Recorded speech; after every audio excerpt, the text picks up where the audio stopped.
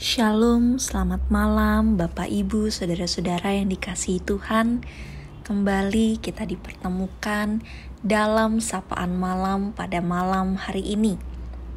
Bapak Ibu, Saudara-saudara yang dikasihi Tuhan, setelah kita beraktivitas dari pagi hingga malam hari ini, tapi kita bersyukur karena Tuhan masih mengingatkan kita, mengetuk pintu hati kita untuk kita sama-sama membaca dan merenungkan firman Tuhan.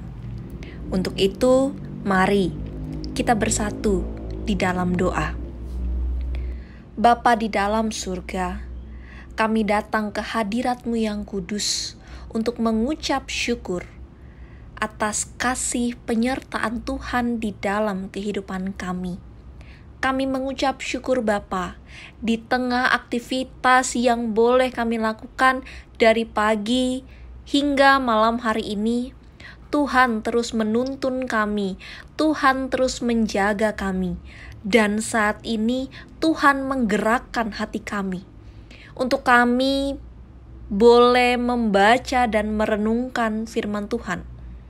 Untuk itu Tuhan, sebelum kami membaca dan merenungkan firman Tuhan, kami memohon curahkan Roh Kudus-Mu ke dalam hati dan pikiran kami, agar firman Tuhan yang akan kami baca dari Alkitab dan akan kami renungkan, firman Tuhan ini tidak berlalu begitu saja, tetapi sebagai pengikut Kristus, kami mampu untuk melakukannya di dalam kehidupan kami sehari-hari.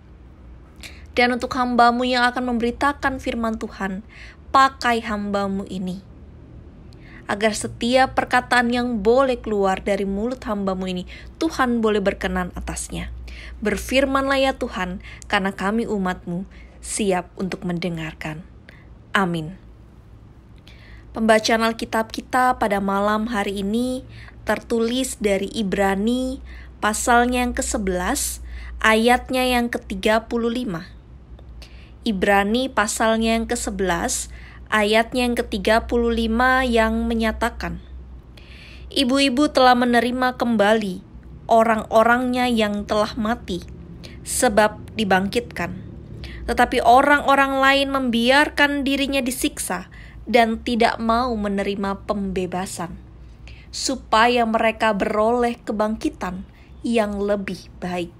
Demikian pembacaan Alkitab kita. Shalom. Selamat malam Bapak Ibu yang dikasihi Tuhan kita Yesus Kristus. Apa kabarnya? Saya harap kita semua ada dalam keadaan yang baik, dalam keadaan yang sehat.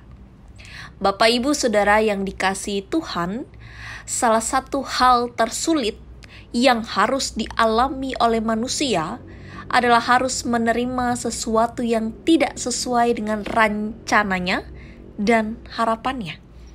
Misalnya saja, saya ambil contoh. Seorang anak berharap agar dia bisa masuk salah satu perguruan tinggi negeri ternama.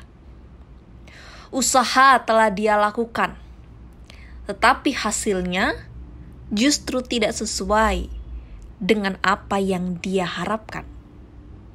Atau contoh lainnya, ketika seorang orang tua berharap anaknya memiliki pasangan yang sama status sosialnya, tetapi justru hasilnya tidak sesuai dengan yang orang tua harapkan.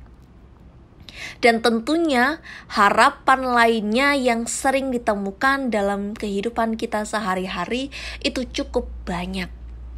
Dan cukup banyak juga yang tidak sesuai dengan apa yang kita harapkan. Upaya untuk menerima keadaan yang tidak sesuai dengan yang diharapkan bukanlah hal yang mudah. Dan di kehidupan dunia saat ini, kondisi seperti ini justru bisa sampai membuat seseorang menjadi stres. Namun uniknya Bapak Ibu Saudara yang dikasihi Tuhan, kondisi seperti ini merupakan bagian dari iman. Hal ini dapat kita lihat dari perikop yang menjadi bahan perenungan kita malam hari ini. Dari hari Minggu, penulis surat Ibrani mengajak kita untuk melihat makna dan para saksi iman. Bahkan sampai malam ini, penulis Ibrani juga menunjukkan kondisi-kondisi yang merupakan bagian dari iman. Pada ayatnya yang ke-35 sampai 40 dikatakan bahwa berbicara mengenai iman itu juga berarti berbicara penerimaan akan sesuatu yang tidak terjadi sesuai kehendak manusia, melainkan sesuai dengan kehendak Tuhan. Seorang ibu dapat menerima kembali orang-orang yang telah mati karena dia memiliki keyakinan bahwa mereka akan dibangkitkan dalam Kristus Yesus. Iman seorang ibu yang ada pada ayat yang ke-35 yang menjadi pembacaan kita pada malam hari ini menyelamatkannya dari kehidupan dunia yang begitu sempit. Sedangkan orang lain yang tidak memiliki iman untuk menerima sebuah keadaan dengan berserah kepada Tuhan justru akan merasa tersiksa di dalam hidupnya. Untuk itulah, berbicara mengenai iman bukan hanya berbicara tentang kita percaya kepada Yesus Kristus. Tapi berbicara mengenai iman berarti kita berbicara mengenai menaruh keyakinan kepada apapun yang Tuhan berikan dan lakukan dalam kehidupan kita. Rancangan manusia bisa mengecewakan, tapi rancangan Tuhan tidak pernah mengecewakan. Untuk itu, mari Bapak Ibu Saudara yang dikasihi Tuhan, percayakan hidup kita kepada Dia yang pemilik kehidupan, dan mari berserahlah hanya kepada Tuhan melalui iman kita kepadanya. Tuhan Yesus memberkati kita. Amin. Mari kita bersatu di dalam doa. Bapa di dalam surga, kami bersyukur Tuhan, pada malam hari ini Tuhan kembali mengingatkan kami bahwa ketika kami memilih untuk mengaku iman percaya kami terhadap Engkau, maka mampukan kami untuk dapat memahami setiap rancangan dan rencana Tuhan di dalam kehidupan kami. Mampukan kami untuk terus berharap, berserah hanya kepada Tuhan.